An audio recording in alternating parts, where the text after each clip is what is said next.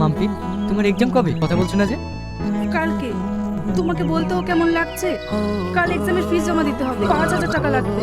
হ্যাঁ, আরে পাগলি, এইসব নিয়ে কেউ চিন্তা করে? আমি কালকে তোমাকে টাকা ম্যানেজ করে দেবো। রিয়াজ, রিয়াজ, তুমি ডাক্তারি পাশ করে গেছি। তুমি কাঁদছো কেন? বলে আজ আমি অনেক খুশি। এটা আনন্দের কান্না। ওই ছেলেটা কি?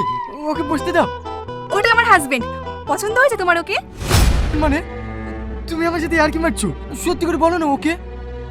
হ্যাঁ সত্যি, এইটা আমার হাজবেন্ড। আরেকটা কথা, কাল আমি লন্ডনে চলে যাচ্ছি। তোমার তো থাকার কোনো জায়গা নেই, তাই এই বাড়িটা তোমার নামে লিখে দিয়ে গেলাম। এই তুমি কি বলছো? তুমি যে আমাকে বলেছিলে তুমি ডাক্তার হওয়ার পরে আমাকে বিয়ে করবে, সে কথা কি হলো? কি? তুমি ভাবলে কি করে আমি এত বড় ডাক্তার হওয়ার পরে তোমার মতো চাষাকে বিয়ে করব? আমারে বলছিল আমাদের মতো চাষা নাকি তোমার মতো বুড়ো ডাক্তারকে বিয়ে করতে পারি। ঠিক আছে, তোমরা ভালো থেকো, ও অনেক সুখী হবে। আমি আসছি।